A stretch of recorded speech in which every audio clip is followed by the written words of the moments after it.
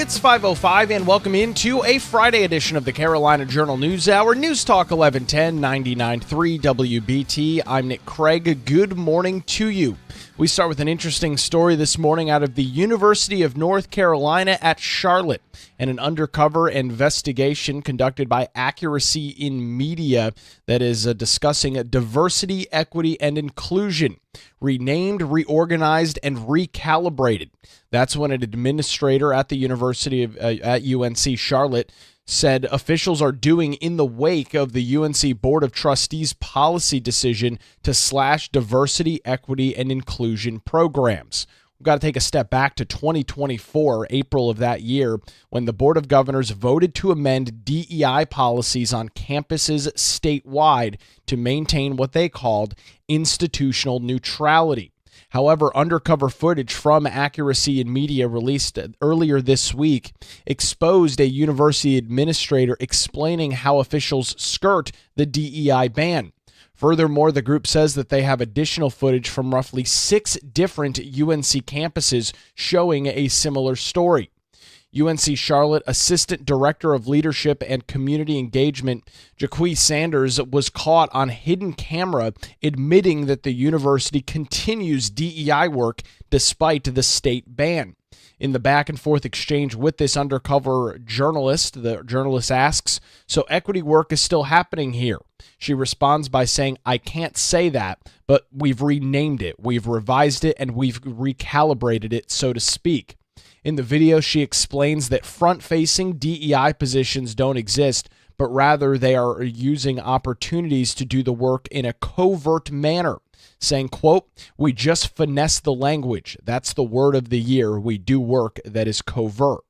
When a reporter tried to confront the university's provost for comment, she had no interest in that. She ran away without answering any questions. With that footage, it has sparked some significant backlash online, with state and federal leaders reacting pretty strongly to that. Senate Leader Phil Berger, the Republican out of Rockingham County, who's also the leader of the North Carolina Senate, said, quote, "DEI, no matter what name or acronym you use, doesn't belong in education. The North Carolina has already taken corrective steps to address this by passing a Senate Bill 558. A bill I filed to eliminate DEI from the UNC schools and community colleges." Assistant Attorney General Harmeet Dillon of the Justice Department's Civil Rights Division reacted to the video as well, saying simply, "Is that so?" in response to the video being published. She's been in the news this week as well for announcing, of course, that the Department of Justice has filed a lawsuit against North Carolina and the North Carolina State Board of Elections for failure to maintain an accurate voter list in violation of the Help America Vote Act. So those were two of the reactions coming in that we were watching. Another one coming in from an individual who is currently on the the UNC Charlotte Board of Trustees, Woody White, who spent time as a North Carolina state senator as well, had this to say, quote, "This is disappointing to see. I worked closely with other members of our board and the system office to repeal and replace DEI policies system-wide in May of 2024. The UNC System Board of Governors directed each institution to implement the new policy, eliminate spending on DEI, and report compliance by September the 1st. That was, of course, last year. We expected all institutions to fully comply, but suspected some would stealthily attempt to rearrange job descriptions and shift personnel, but not undertake what was intended, which was a full uprooting of discriminatory practices and diverse doctrines with a return to institutional neutrality. I will be asking our system office to make a formal inquiry about the things said in the video and expect that UNC Charlotte will be forthcoming in a response." Those were the social media comments from UNC Governor Board of Trustee member Woody White. So all of this really sparked a late Wednesday night into the day yesterday. However, we did get an update pretty late yesterday afternoon from UNC Charlotte, they released the following statement. Quote, UNC Charlotte is aware of a video circulating on social media that shows an employee making statements that suggests that the university is failing to uphold DEI-related policies and laws. The employee's statements were inaccurate and do not reflect the university's actions. UNC Charlotte continues to uphold both the letter and the spirit of the UNC system policy and all federal and state laws. The individual featured in the video had no policy-making authority, no role in compliance matters, and was not authorized to speak on these issues. Following an internal review, the individual is no longer employed by UNC Charlotte. The statement continues by saying UNC Charlotte takes the statements and the assertions made by the former employee seriously. The university, led by the Division of Student Affairs in partnership with the Office of Legal Affairs, will conduct a swift and thorough review to ensure that all employees understand and are adhering to applicable policies and laws. So UNC Charlotte acting in a what can only be described as a very swift manner, dealing with the individual in this video. We've got the full video this morning, the full back and forth exchange. It's over on our website, carolinajournal.com. The headline, DEI disguised, undercover footage shows UNC officials ignoring ban. We've got, again, those details on our website, carolinajournal.com, where it's now 511 News Talk 1110 99.3 WBT. Discussions about illegal immigration have been a very hot topic across the United States and here in North Carolina over the last couple of months. We've brought you some of those stories right here on the Carolina Journal News Hour to get some details on a very disturbing story out of Garner, North Carolina, back over the last couple of months. Carrie Carswell, carolinajournal.com, joins us this morning on the News Hour. Carrie, thanks for the time this morning. Walk us through some of these disturbing details out of Garner. That's right. So in April in Garner, 3 masked assailants broke into a home and duct taped a man and abducted his wife and 11-month-old daughter. They then took the wife and daughter and dropped her and the daughter off in Wake Forest. And a resident in Wake Forest called 911 the next morning to alert that the people had shown up on her home. And they were all found safe and unharmed. It's obviously a pretty scary story that you're describing there. For folks that are listening in our Charlotte area this morning, how far is Garner from Wake Forest? I mean, how far did they travel in this kidnapping that took place? That is likely about an hour or maybe over an hour. So, I mean, this poor baby was really scared, I would imagine. And of course, the mother was, of course, terrified. And to find these people just showing up at a Wake Forest resident the next morning had to have been really terrifying. Walk us through as it relates to the immigration status of these 3 individuals that you described as Mexican nationals. Do they have any criminal rap here in the United States? What's going on with them? That's right. They're all suspected to have entered the country illegally, and some of them do have prior crimes, felonious crimes. Their defense attorney, James Payne, says that this should not be a federal case, even though they are breaking federal law by entering the country illegally. He asserts that it is an overreach by the federal government, saying that there was no evidence or no clear evidence of interstate commerce, which would meet the threshold to make this a federal crime. Although there is some evidence that there was communication via cell phone across state lines. And all 3 of these assailants are held on ICE detainers currently, meaning that once they get through their criminal procedures, they are subject to deportation by ICE. Well, and I'm glad you bring up that ICE detainer part of it. That has been a pretty major discussion in North Carolina over the last couple of years. You had the General Assembly just a few years ago changing the law to require sheriffs to uphold those ICE detainers if the feds do come in and request somebody to continue to be held. Did that happen in this case, or is this a situation where a judge or a district attorney let these individuals off while there was an active ICE investigation ongoing? It seems that in this case, ICE is partnering with the local and state law enforcement to step in because of their immigration status. And even though their defense attorney holds steady that this should not be a federal occurrence or federal crime, it seems as though ICE is stepping in to partner with law enforcement in this case. Carrie, in your article this morning over at carolinajournal.com, you've got some details about Operation Take Back America. Can you briefly explain to our audience this morning what that is and how that rolls into a story like we're talking about this morning? Yes, so Operation Take Back America was initiative for the Trump administration launched by the Department of Justice. It really just focuses on illegal immigrants in the country that are committing violent crimes and that pose a threat to Americans. And while the Trump administration has a fierce crackdown on deporting anybody who enters the country illegally, they are focusing solely, not just solely, but focusing on people who pose a threat to the American people. I guess it would be safe to say, at least in this story, when you've got three individuals breaking into a house, kidnapping a couple of people, as you noted at the top, duct taping a guy and taking his family away, it seems like it would be fair to say that it rises to that level in this case, Carrie. That's exactly right. Yes. And these criminals, the Trump administration is working really hard to make sure that these criminals are taken out of our country. And the Operation Take Back America is to restore safety in our communities. It's a great update this morning. We appreciate the time. You can read more details on Carrie's story by visiting our website, carolinajournal.com. Where it's now 5:16, News Talk 1110, 99.3 WBT. It is time to get a look at the roadways on your Friday morning with Boomer Von Cannon. Hey, thank you, Nick. Good.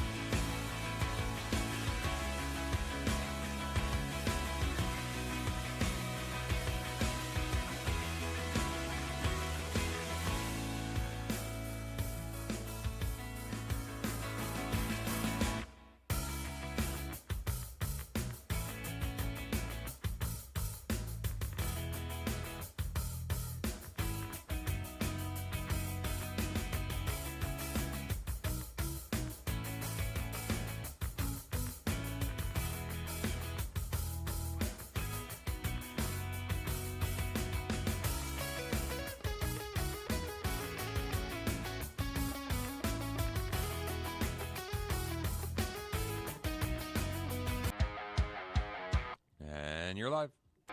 It's 521. Welcome back to the Carolina Journal News Hour. Good Friday morning to you. News Talk 1110, 99.3 WBT. We've got an update on an international story we were tracking yesterday morning as it relates to tariffs. If you joined us yesterday and really followed any news coverage yesterday, you were probably aware that a three-judge panel here in the United States has blocked President Donald Trump's attempt to roll out reciprocal tariffs on many nations across the country. Well, yesterday, a U.S. appeals court reinstated those tariffs imposed by President Donald Trump on Mexico, Canada, and China after that federal trade court blocked them just one day previously. The three-judge panel for the U.S. Court of International Trade found Wednesday that the administration had exceeded its authority by imposing the tariffs on the three largest trading partners to the United States. Yesterday, the Court of Appeals for the Federal Circuit granted an emergency appeal for the Trump administration to reinstate those tariffs, at least for the time being. The administration had invoked the tariffs under provisions of the International Emergency Economic Power Act, but the trade court said that did not apply to tariffs. With that, however, this appeals court did in fact rule in favor of the Trump administration. Details a little bit sparse as to what exactly this is going to mean going forward, but at least temporarily those tariffs will stay in place. There was a 10-day timeline that the U.S. Court of International Trade started on Wednesday with those international tariffs. However, that has now been paused as a higher court has stepped in. We'll keep an eye on the details right here on the Carolina Journal News Hour. Another story we have been tracking throughout the week is dealing with a lawsuit from the federal government against the North Carolina State Board of Elections. This all surrounds the passage of the Help America Vote Act, HAVA, which passed the Congress and was signed by President George Bush in 2002. It was intended to highlight the importance of election integrity in the United States. However, North Carolina's failure to adhere to those requirements of the legislation in the bill is now under scrutiny. At issue is the requirement to include the last four digits of a social security number or at least a driver's license number for each new registered voter. For a time, North Carolina failed to get those HAVA numbers on forms despite federal law. Jay Delancey, the executive director of the Voter Integrity Project of North Carolina, told us in an exclusive interview this week, quote, "We are hopeful that the DOJ will force the North Carolina election administrators to follow the law and remedy all of these registrations that lack any sort of personal identifying information." The suit accuses the election board of failing to maintain an accurate voter list and violating the Federal Help America Vote Act, HAVA. It specifically references the election board's use of a voter registration form that did not require prospective voters to provide a driver's license number or the last four digits of a social security number. Going back to some of the comments from Jay Delancey with Voter Integrity Project of North Carolina, he says it all started because of citizens just pushing on a problem. Delancey said the process started when one of Carol Snow's friends noticed that and said it was optional to provide the last four digits of a person's social security number or driver's license on a North Carolina voter registration form. With that, Carol Snow filed a complaint with the North Carolina State Board of Elections back in 2023, which discussed the matter at its November 28, 2023 meeting. That meeting was referenced in the lawsuit. She said that the form did not comply with those requirements. Officials at the time said that they were already in the process of revamping the voter registration form, and this is one of the items that they were looking at because there was an inconsistency between the way that the HAVA ID question is presented to voters and the way that the federal statute reads. The board, which consisted of a Democrat chairman by the name of Alan Hirsch and Democrat members Shaban Millen, Jeff Cameron, and Republican Stacey Eggers IV and Kevin Lewis unanimously agreed that the form violated Section 303 of HAVA and would implement changes already being discussed to the new form. However, with that, they did reject Carol Snow's request to correct the over 200,000 voters to get their identifying information, all of which were mentioned in that Tuesday lawsuit from the DOJ. Delancey told the Carolina Journal in December of 2023, the state board refused to correct the records of any of them, but they did agree to change the form and still accepted another 37,000 voters that were deficient with that information. They didn't go back to those voters where normally the law says if you submit a registration form that is incomplete, the board is supposed to send it back to you and have you complete the form. They didn't do that. They just went ahead and accepted them anyway. So even though the state board admitted to the public that their form was incorrect and they changed the form, they still continued to process applications as if those questions were in fact optional. He told the Carolina Journal that at its peak after the November general election, there were 502,914 registered voters without a driver's license or social security number associated with their voting record.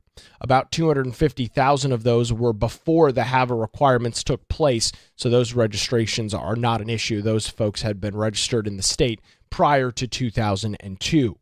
In 2024, Carol Snow once again filed a new complaint charging that the verification process of residents' driver's license and social security numbers didn't go far enough. She said at their June 2024 meeting, quote, "So it occurs to me that one way for state election officials to avoid or circumvent HAVA requirement verification steps is by not requiring this ID on their application. It shouldn't be too much to ask for election officials, election board members, and the general counsel of the State Board of Elections to know the HAVA Act like they know their own names and adhere to it." The North Carolina State Board of Election, at the time still with the Democrat majority, ruled 4-1 against her complaint. The Republican National Committee and the North Carolina Republican Party followed up not long after that with a lawsuit against the state board in the middle parts of last year. The lawsuit said that the election board failed to require information to provide citizenship by not requiring HAVA required identifying information. However, that came out too close to that lawsuit was too close to the November election. Thus, the board did not take any action. There have been other concerns about election integrity in the state as well. According to Delancey, in 2008, about 150,000 individuals were identified in North Carolina with fictional voter registrations created by the Association of Community Organization for Reform Now, and which was shut down in 2010 over alleged voter fraud. He told the Carolina Journal, "What we have worried about since then, we as my group, the Voter Integrity Project, is that we have worried about this for a long time, wondering if there are people voting that they didn't catch. There were people who were registered innocently that didn't provide the information, and there were others who were either not citizens who truly didn't have a driver's license or social security number, or they were fictional voters brought in during that era, which I call the Acorn era for fictional voter registration." Delancey mentioned innocent voters in an amicus brief that he filed in a recent Jefferson Griffin Allison Riggs case. Obviously, we covered a lot of details on that, in which Jefferson Griffin wanted some 65,000 ballots cast in the general election to be thrown out. His brief would have disqualified voters that never should have been counted in the 2024 state Supreme Court election without threatening most of the 65,000 ballots that were targeted by Griffin. He told the Carolina Journal, "They said, 'Which side are you for?' And we said neither. We just want the State Board of Elections to do what they should have done years ago. You can require them. The court had the wherewithal and could have done this. And in my view, they could have ordered the state board to conduct the list maintenance mailing on some of those 60,000 people who voted in that election and required that information. And it would have been a messy process because some of them would have been gone. But we're just happy to see it, and this is a great situation for both political parties." The General Assembly has also worked on and passed election integrity laws in the past few years, including in 2023, the Senate Bill 747, some election change laws there, as well as Senate Bill 749, the no partisan advantage in elections. Obviously, a lot of details as it relates to this case. We are still waiting for additional details from the State Board of Election and the United States Department of Justice. However, you can read a full overview of HAVA and the full timeline here in North Carolina over on our website this morning, carolinajournal.com, where it's now 5:31, News Talk 1110, 99.3 WBT. Time to get another look at traffic on your early morning Friday commute with Boomer Von Cannon. Hey, thank you, Nick.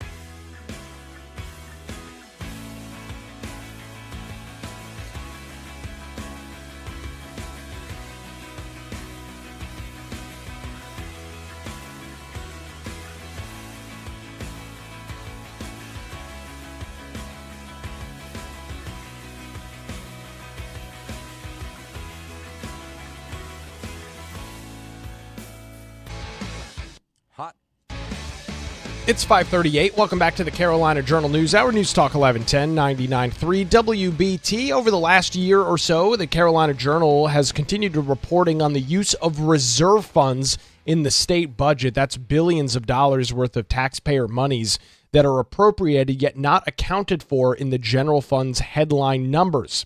This has allowed sizable expansion in the state budget while keeping the headline budget numbers at a more acceptable level.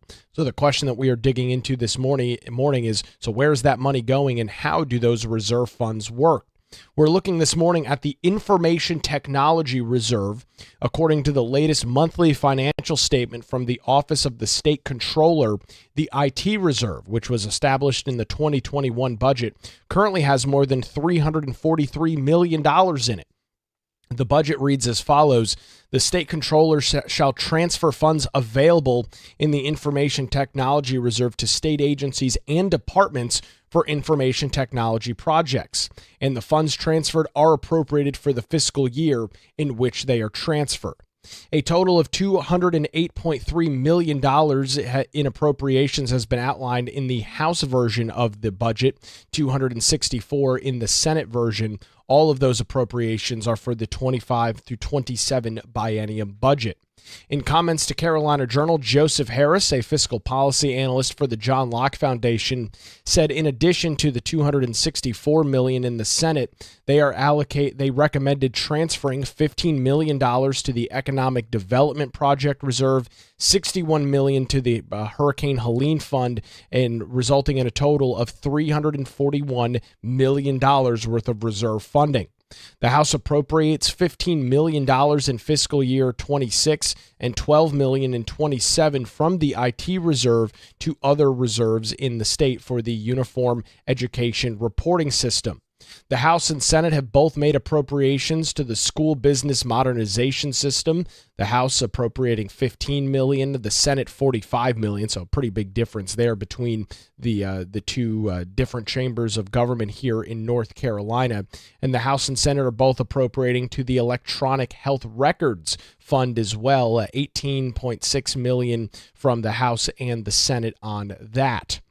These are just a few of the noteworthy expenditures outlined in the committee reports from both the North Carolina House and Senate. Going back to some comments from Joseph Harris, he says, quote, both chambers have proposed substantial allocations from the state's Information Technology Reserve to fund technology upgrades, indicating that policymakers recognize the need to modernize the state's technological infrastructure.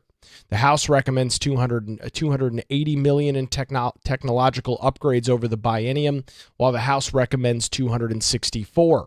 In addition, the Senate also proposes transferring some of that money from the Information Reserve to the Technology Reserve to the Economic Development Reserve and the Helene Fund, respectively. The House's proposal would leave $63 million in the Technology Reserve, while the Senate's recommended budget would drive that balance down to just $2.7 million. So you're talking about hundreds of millions of dollars being spent in the Senate version on a variety of technological increases and upgrades in the state of North Carolina. We've got a lot more details this morning on this story over on our website, carolinajournal.com. The headline, Reserve Fund Spotlight, Information Technology Reserve. You can read all of those details there, where it's now 5:42, News Talk 1110, 99.3 WBT. We continue to track revenue forecasts across the state of North Carolina. Donna King, the editor-in-chief of CarolinaJournal.com, joins us this morning to talk about a brand new report that could cause some alarm across the North Carolina General Assembly this morning. Donna, good morning. Thanks for the time. What's this new revenue forecast looking like? Sure. Yeah, this is one that happens several times a year, the last one being in February. It comes from the state government's Office of State Budget and Management. So they are actually forecasting downward since they did in February, down about $180 million in forecasted revenue for the state. Now, of course, revenue from the state comes in the form of taxes, and so they have to watch carefully economic trends, things that are, how much tax revenue is being collected. They're saying that they're expecting a little bit less growth than they expected, still up, but down about 0.5% over what they thought would be happening in February. Don, it's interesting. We were, of course, watching this budget debate that continues in Raleigh between the North Carolina House and Senate. And one of the big disagreements between the two legislative chambers is over some tax cuts with various triggers. I can imagine that this probably lends itself to more of the House version of the budget, which seemed critical of some of those additional tax cuts due to potential revenue shortfalls. Sure. I mean, certainly it indicates that we do not need to be spending more as a state in here in North Carolina, but it also is one of those things that over the last few years, we've seen these be fairly inaccurate, underestimate how much the economy is going to grow and how much revenue we're really going to have. Sometimes to the tune of billions. So, it's one of those things you have to take with a little bit of a grain of salt. There is some good data to show that, sometimes these really are, and often these are inaccurate, and the economy outperforms these budget forecasts. So it's good to know. It should be a tool in the toolbox for these budget writers, but it certainly indicates that we do not need to be spending more as a state.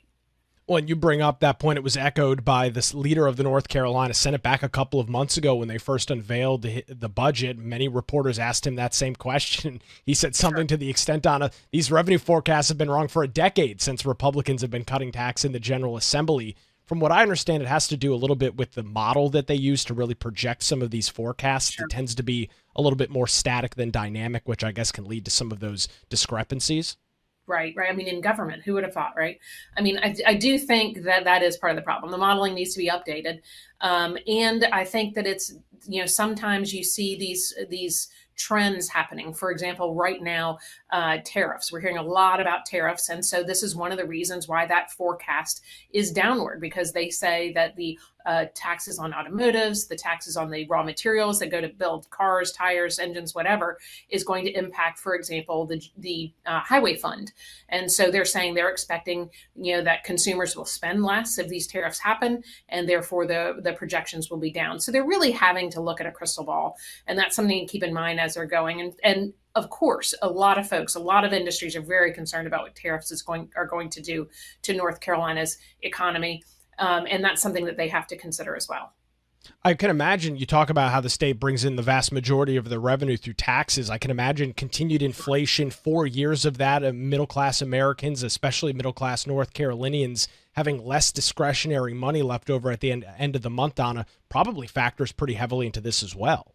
Absolutely, because what we'll probably see is if we see, massive spikes in tariffs, you'll see a lot of hoarding in the very beginning. People will be collecting things that they think are going to go up in price, and then they're going to stop. They're going to stop spending, which is stopping that revenue. The danger that we see, or the potential risk as budget writers go into those conference committees to talk about what we're going to spend in North Carolina, is that there could be a temptation to use this revenue forecast to say, okay, we don't need to continue down the path of reducing taxes for North Carolinians, because this might indicate that we'll get a ton less money and we won't be able to spend and we won't be able to prioritize things. That's risky, because what we're seeing that is, one, often these revenue forecasts are wrong, and then you end up with a dramatic surplus that you have to figure out, what to do with. And that strategy of steadily reducing taxes using economic triggers in North Carolina's growth is a proven strategy. They've been doing it for the last decade. So to slow that process now based on things like this revenue projection could really be risky. Well, one of the arguments that Republicans have made over the last decade while they've continued to cut taxes, specifically the personal income tax and the corporate tax, Donna, is you bring more business to the state, you bring more workers to the state of North Carolina. While those tax rates might be less, with population growth continuing, the state ends up not only making up the lost money, but way more because there's so many more people and so many more businesses in the state. Exactly. And that's exactly what's been happening over the last decade. It's been proven strategy. It's a lever that lawmakers, policymakers can use to really grow the state of North Carolina and draw more folks here, much greater than incentives. A reduced corporate tax draws a lot more industry, a lot more jobs, a lot more construction than incentives really do. So, as they're going through this process, that's something that they're going to have to be tempted to stay away from, because derailing or slow rolling that process could really have a dramatic chilling effect on North Carolina's economy. Obviously, we'll be keeping an eye as the budget negotiations continue. Donna, we've got some charts and some more figures this morning as it relates to this revenue forecast. Where can folks go and read those additional details? Absolutely. Head on over to carolinajournal.com. We've got them there, and we've got them linked so you can read the original report yourself. A great update this morning. Donna King, the editor-in-chief of CarolinaJournal.com, joins us on the Carolina Journal News Hour. Where it's now 5:48, News Talk 1110, 99.3 WBT. Another look at traffic on your Friday morning with Boomer Von Cannon. Hey, thank you, Nick.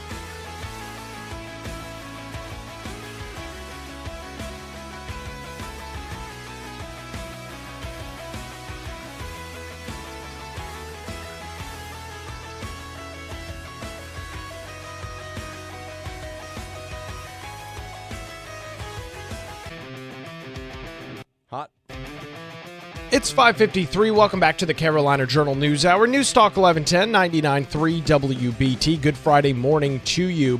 Federal intervention in recent crimes involving illegal immigrants in North Carolina has drawn renewed attention to the intersection of illegal immigration efforts and public safety. These cases are now being viewed through the lens of Operation Take Back America.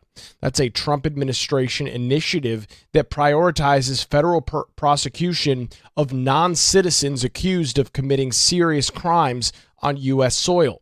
Launched by the Department of Justice, Operation Take Back America calls for enhanced coordination between U.S. attorneys, the Department of Homeland Security, and local law enforcement to target illegal immigrants whose presence in the country pose a criminal threat.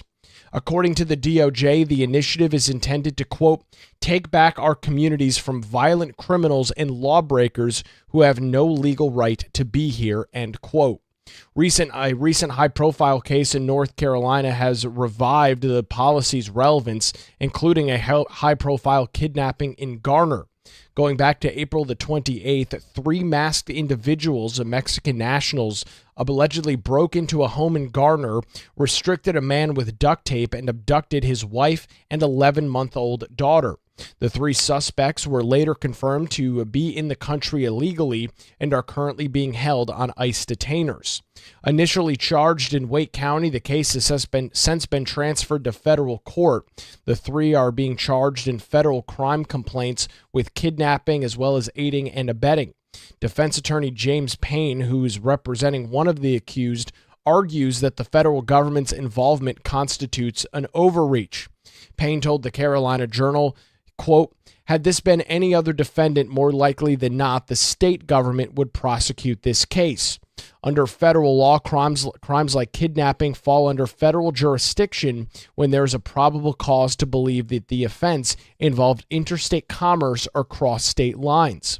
Prosecutors allege that interstate communication via cell phone during this crime meets the probable cause for that interstate commerce clause. According to the attorney James Payne, he says, quote, this means that by which the United States Department of Justice adopted its longstanding use of interstate commerce law. He contrasted this case with others that more clearly fall under federal jurisdiction in his opinion, noting, quote, I have seen defendant cases like this before involving drugs, racketeering, and homicides, but those clearly had interstate connections. Here, there is not a clear link to interstate commerce. Payne also expressed concerns that the defendant's immigration status is influencing federal interest in the case.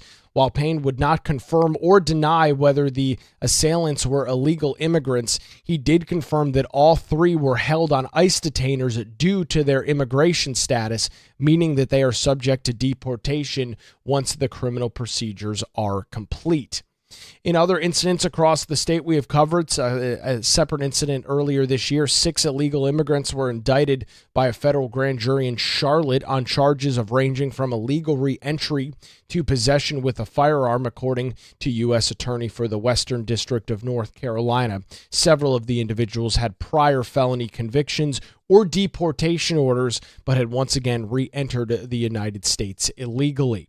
Immigration continues to be a major national and a statewide discussion. The General Assembly making some changes to law in the last couple of years dealing with those ICE detainers. We've got a full rundown of all of those cases, plus a little bit of that backstory on our website this morning, carolinajournal.com. You can read those additional details.